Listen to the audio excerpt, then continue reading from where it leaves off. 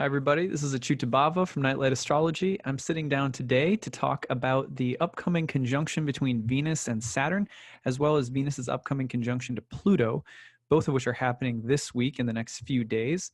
And so that's what we're going to talk about today. This is happening in the sign of Capricorn.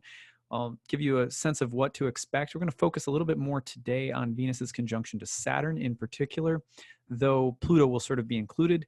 As Venus passes through the conjunction of Saturn, we'll take another video later in the week to look at Venus's conjunction of Pluto, kind of as a separate phenomenon, though, again, I'll mention it sort of in the periphery of today's talk as well. So before I dive into that, I want to remind you all that the last 40 days of the year, I am fundraising. You've listening to my videos, probably sound like a bit of a broken record by this point, but we have 3 weeks left in my annual fundraiser, and we are doing really well. We are at, let's see, 312 backers with 21 days to go. And we need to get to 420 backers to beat last year's backer total, which was 419. We're making really great pace. Remember that when you pick up a reading or when you donate, you can pick up a reading. You can gift a reading to somebody. I personally make those for you on video and send them to you. You can also pick up 50% off my first year, second year, or horary astrology courses. Those are year-long certification courses that I teach. They're really awesome. I will be doing a video talking about those classes in depth and also releasing the syllabus for my year 2 and horary classes in 2020 soon, so that you can take a look at what's entailed with those. But if you are interested in studying with me in 2020, I have a class that starts in June that will meet on Sundays at noon Eastern, and a class that starts in November of 2020, which will meet on Saturdays at noon Eastern. And so 50% off those tuitions, a really good deal when you donate to my Kickstarter. All right, so thank you all so much for your support, and let's start talking about Venus and Saturn. So it's December 10th today, and Tuesday. I'm going to see if I can, there we go. Okay. And you can see right here that as we are speaking, moon's about to change signs into Gemini, which means it's almost the full moon. We're going to be talking about the full moon probably tomorrow.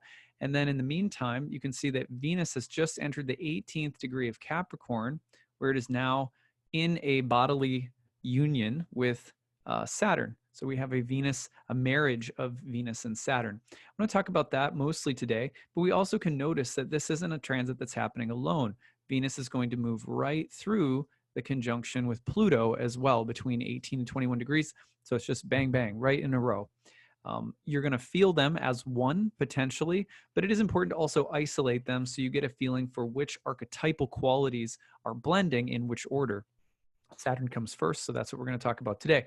Now, first of all, let's just refresh on what Venus represents. So Venus is the goddess of love and a planet that is associated with a lot of different things, chief among them harmony, agreement, friendship, which kind of expand or emanate outward into other symbols such as love, beauty, romance, aesthetics, a care or concern for that which is pleasing, pleasant, or satisfying.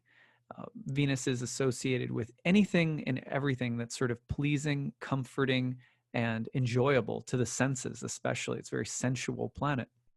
Venus is also, interestingly enough, related to piety and cleanliness. If you've ever been into a temple, for example, in India, the temples are often just the altars of the deities are just completely beautiful. They're kept with flowers, and the deities are being served throughout the day and so forth. And the tradition on this planet, in almost all places of the world, actually, this is why we call it an archetype, is that sanctuaries or places of worship, places of communion with divinity are kept beautiful and clean. And so Venus has an association with cleanliness as well as the adornments necessary for ceremonial functions of religion or spirituality. Flowers on the altar. If you've ever seen the Buddhist monks who will make these very intricate and careful colored sand mandalas, And then eventually, of course, they're blown away by, as a representation of samsara and the temporariness of everything, these beautiful kind of sand paintings that you've probably seen them before, very careful the way that they make them. An example of how art goes together with divine spiritual practices. So Venus has always also played the role of adorning things, of beautifying things, and of keeping things clean, and in order to allow for the spirit to come through in a religious, shamanic sense, and so forth. So Venus is a really a planet of sometimes greater variety than just some of the key words we often use, like romance or beauty or love or whatever. Venus also has a dark side. Venus is lust. Venus is vanity. Venus is jealousy. Venus is betrayal and so forth. Because Venus also represents the senses and what is pleasing, Venus's shadow side is Mars in a sense. There's a great book by James Hillman called A Terrible Love of War. And he talks about the way in which Venus, Venus and Mars, or Ares and Aphrodite, were like illicit lovers in Greek mythology. And so there's this way in which the desire that burns within Venus can turn into the shadow side of aggression and, where the desire and the lust takes over in some way, or the sense of vanity of being so absorbed in one's own beauty and so forth, takes over. So those are shadow sides of Venus. And of course, the shadow side of Mars is also Venus, and we don't always recognize that either. If you ever want to read a great book on the way that Mars and Venus are entangled within one another's symbolism, check out James Hillman's book, A Terrible Love of War. Anyway, really great book. So Venus is in Saturn's sign. And in ancient astrology, ancient astrologers didn't look at transits in the same way that we do. They had this very different way of looking at transits. They paid a lot of attention to when a planet ingressed into a new sign and whose home it was coming into, and how that planet would affect the planet whose home it was entering. So when Venus enters Capricorn, ingresses into Capricorn, Venus starts impressing her influence upon Saturn. And also, because Venus is a guest in Saturn's home, Saturn has to provide for Venus. And that happens regardless of whether Saturn is currently in the sign of Capricorn or not. It's just by virtue of the fact that the signs are likened unto the planets, that we have a planet like Venus entering Capricorn, impressing itself onto Saturn. And then we also have Saturn having to take care of Venus. So when we get those two together, of course, we have to remember that Saturn, on the other hand, if you didn't watch my talk last night, I did a long piece on Saturn and actually sort of glorifying Saturn. And that's, of course, in part the video that I made last night. I was like, that felt really nice to just sort of celebrate Saturn a little bit, because sometimes it helps to soften our understanding of Saturn. Sometimes the shadow of Saturn takes over in how we think about Saturn.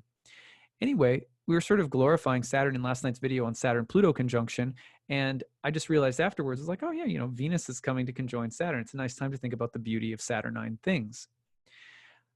So for example, Saturn, who represents death, decay, impermanence, old age, time, disease, melancholy, the dark night of the soul, but also the wisdom that comes from these things: maturity, sobriety, commitment, discipline, focus, endurance, perseverance, sort of stubbornness, objective, rational, sometimes cold, distant qualities. So Saturn, limits and structures as well: restraint, constraint, confinement, alienation, isolation, imprisonment, all Saturnine terms, but also the way in which, in all religious and spiritual traditions on the planet, basically, impermanence, the recognition of impermanence and of the limits of time and space, so to speak, and of our mortal frame, are integral to an understanding of why there is the need for spiritual life, and how our consciousness as a spirit soul is different from the limitations of the material energy. So we talked about that last night. Venus, Saturn coming together. How do these things combine? Well, one image that works really nicely is to talk about, the kind of aesthetic, the kind of artfulness that winemakers appreciate. Why? Because for a wine to become really high quality, it takes a very long amount of time. So Venus and Saturn getting together can be about the maturing of something into its full, most beautiful potential. So the time, the age, the what do we call it? The the wine that gets better as it ages, the love that gets better as it ages, the maturing of our love and commitments, the maturing of our relationships, the development of greater depth, and the way that the texture of pain and challenges shape us in our relationships is also the beautification of our relationships if we have some of the qualities of Saturn within a relationship, such as patience. It takes some of the most beautiful things in the world take time. Think of those sand mandalas that the monks make. They take so much careful time. And then what happens? They're blown away. It's washed away. So Venus is also about the death of love, the impermanence of love, the way in which love reaches a breaking point. Our relationships or agreements that we have, contracts that we have with people, which represent agreements, reach a point of dissolution, decay, death, end, impermanence. They're blown away like the winds of samsara. So, but the flip side of that, of course, is that beauty also takes time. Time, destroys all things. Time builds all things. In our material world, therefore, if we want to see something really beautiful that's not transient, fleeting, and only very temporarily satisfying to our senses, we have to develop a higher taste. That's why I use the analogy of winemaking, because they say that most people can't tell the difference between, a fine, really nice wine, a nice aged, like a really nice vintage aged wine, and something out of the box at the store, right? I certainly can't tell the difference. I don't drink anyway. So, but you can't, the point is that it takes time, and sophistication takes time, and real art and real beauty in life often take time. Soul making in our lives takes time. We have to be very patient. We have to be willing to stick with things, stick through things. And when we stick with things and kind of allow ourselves to be moved through painful experiences, there is a kind of enduring quality of Saturn meeting with the beauty of Venus that starts to show itself to us. And that's a rare form of beauty. So Saturn represents the rare beauty, the beauty that takes a long time. Sometimes, for example, I've in the past, I've always people have always been like, you like to read really long books. When I was a kid, I liked reading the whole Lord of the Rings, all of the Narnia Chronicles. And for me, I have Saturn when I was born in Libra, in Venus's sign. And I have a sextile between Venus and Saturn in my chart.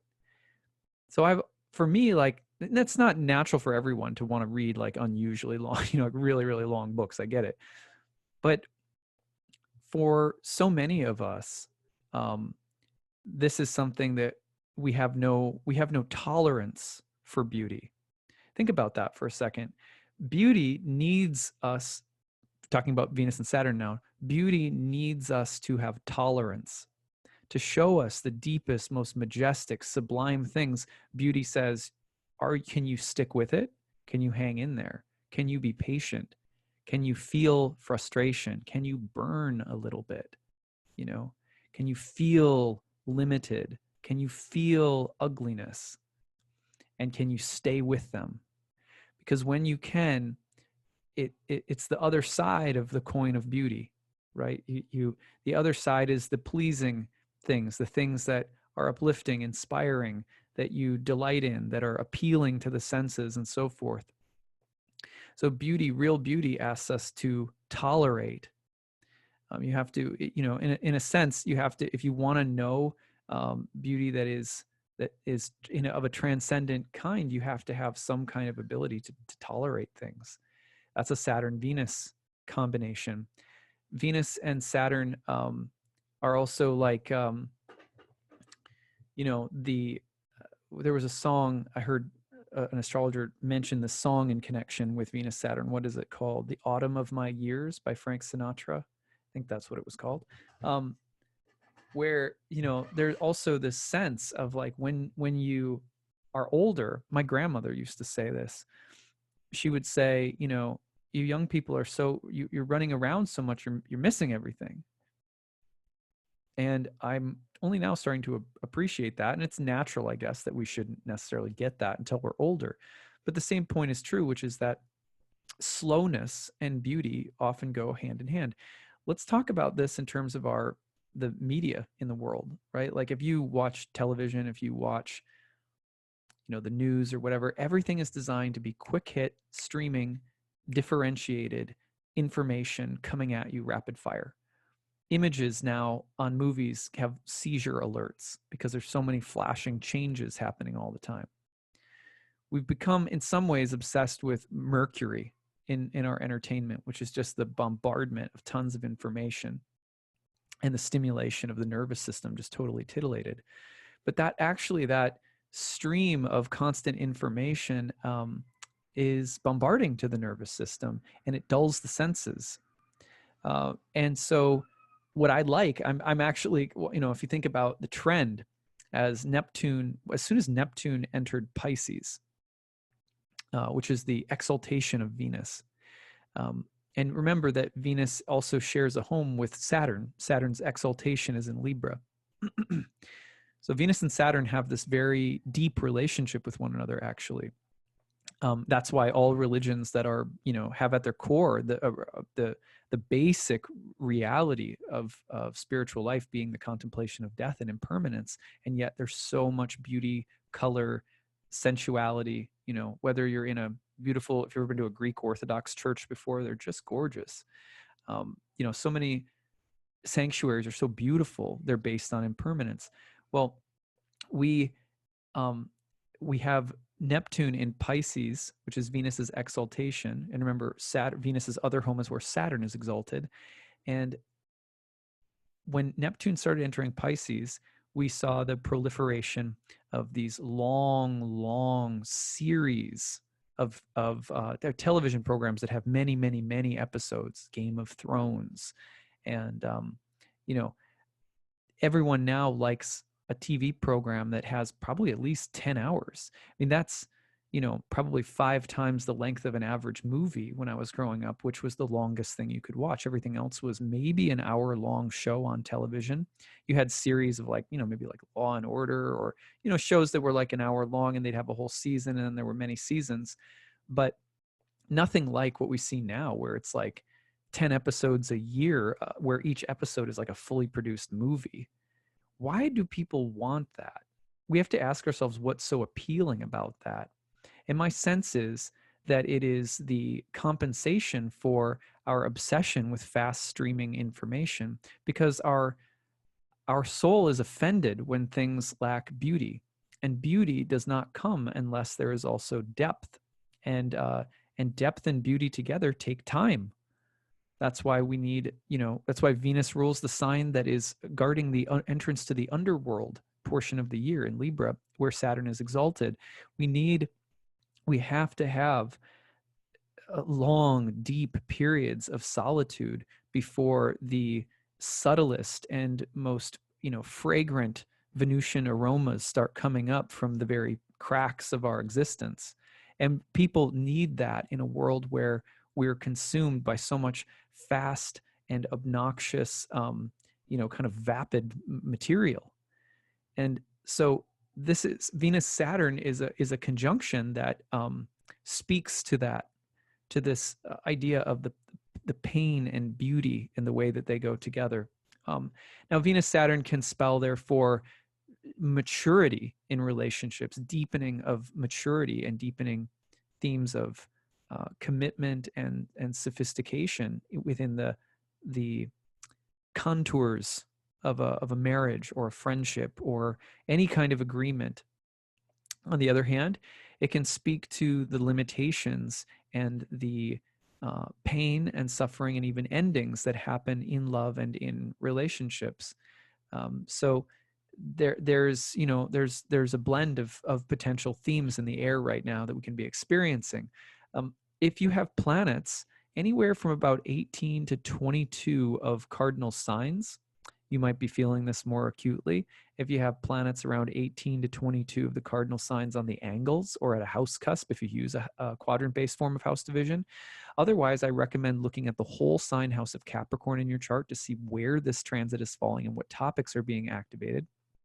And then maybe even more importantly is to think about what's happening right now as a part of a process that is also going to reach a moment of deeper deeper catharsis with Pluto in the upcoming days, and transformation and regeneration. We're going to talk about those themes just in probably not tomorrow. I'm going to do full moon tomorrow, I think, the next day. So what is that? Today's Tuesday. So at Thursday. So I'll probably talk about that on Thursday. So that's what you can stay tuned for. In the meantime, I would love to hear your experiences with Venus and Saturn right now. How are you observing the dance of these complex archetypes? And when they're conjoined, they're coming together, right? So the potential for some union is there. This is the kind of moment, like I remember, one time, I had to part ways with someone in my life who was dear to me, a friend. And it was just time for our friendship to end. And I remember how painful it was. But I remember feeling like I had taken a big grown-up step by saying, like, okay, this friendship just needs to, and there wasn't animosity, but it was time. And we become the most beautiful version of ourselves when we also allow ourselves to take necessary steps forward. And that's not always easy. It's not. And so there's also the potential for a lot of personal growth right now by doing the mature thing, or doing the more challenging thing for us that builds character, hopefully. So think about that. And also just look at questions or topics around affection. Oh, this is one thing I was going to say that I almost forgot. Affection. Yes. There's a quote from C.S. Lewis, who's the author of the Narnia Chronicles, who said, "Affection is responsible for 9/10 of whatever solid and durable happiness there is in our lives." I am not, I'm by no means like just walking around some glowing example of love or anything like that. Like I really struggle, right? Like I think others do too. I hope I'm not alone in that. But I know for a fact that when others show me affection, it diffuses me and helps me move closer towards them, when there's some compromise that needs to be made. I know that if someone wants me to get something done, or they need something from me, and they are genuinely affectionate with me, that I'm so glad and eager to serve and help. I know that when someone needs to correct me, needs to offer me some kind of criticism, that when it's accompanied with genuine affection, not just buttering someone up, right, but genuine affection, that I listen and I receive. I know that when I am frustrated with someone or something, some situation, and I reach out of myself and try to give affection, that it feels better than staying in my disapproval, my complaints, my grudges, or whatever. Affection is so, so important. And it's really the motor that makes our spiritual life go. This is, of course, central to the teachings and practice of Bhakti Yoga, which basically says if your spiritual life isn't mostly about tending to things with deep affection and love for divinity, then it's not so beautiful. It doesn't really work that well. There has to be this, and that's why you see an element of devotion in so many world religions, where you see flowers and altars and things like that. So the senses are real. They have to be tended to. And Venus Saturn can also represent potentially the starvation of the senses, the need for affection, the need to be touched, to be held, to be hugged, the need for intimacy that we have, not just with each other, but with life itself, with nature, with our children, with our friends, And the reminder of Venus Saturn is also about the way that relationships can break sometimes when we go into modes of criticism, trying to bend each other into what we want the other person to be, and focusing on what they are not. A negation is Saturn, a negation that is like Saturn, as opposed to celebrating what they are and giving affection freely for what people are. And that's not it's just a hard thing to do, but that's also a really good Venus Saturn message for us right now. Franklin Roosevelt said that self-interest is the enemy of all true affection. It's very hard when we've been hurt or we've been wronged too. Like, I'm just thinking about, when, classically, like, when my wife and I get in some kind of tangle, right? How does that, and probably this is the same for you, and whether your friendships, relationships, brothers, sisters, anyone, the question becomes, who's going to drop into the heart first? Because that's how this ends.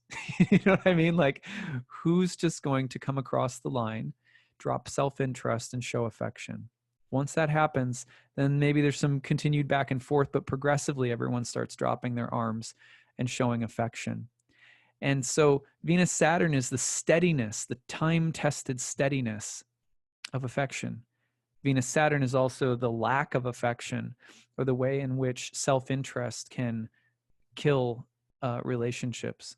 And when we really oftentimes are sort of starved for affection. So there's another quote that says, from Henry Wadsworth Longfellow, who said, "Talk not of wasted affection. Affection never was wasted." And I believe that too, that you never lose the good that comes into your life through being affectionate to other people. And it's a practice. Some people are like, well, I just don't feel it. I don't naturally feel it. And I think Venus Saturn's message is like, tough. It's a practice. You know what I mean? Like, tough. Yeah, it's too bad, but you got to do it anyway. If you want your relationships to work out and you want the bottom line of your life to be love and not productivity, when love is confused with goal orientation, usually the symptom of goal orientation in life being confused with love is everything looking good, looking nice, being finished, being productive, but the mood isn't right. You don't feel it, and there's a lack of mostly physical affection. So maybe that's something we can all work on. Anyway, that's what I've got for you today. I hope that this was interesting, and I hope that you will share your comments in the comments section. Tell me how things are going. Remember, I need about 100 more backers to reach my target goal for this year. I've got 3 weeks left. I really appreciate your support. If you enjoy this channel, you get something out of it, you share it with other people. The insights that stick with you, they help you navigate things that you're going through. I can't do this without you. I earn my living through this fundraiser each year. So thank you in advance for pitching in if you're able to. It also helps so many people to, receive this content who might not otherwise be able to donate. And if you like and subscribe and share and stuff, of course, that helps as well. Thank you very much. Okay, take care, everyone. Bye.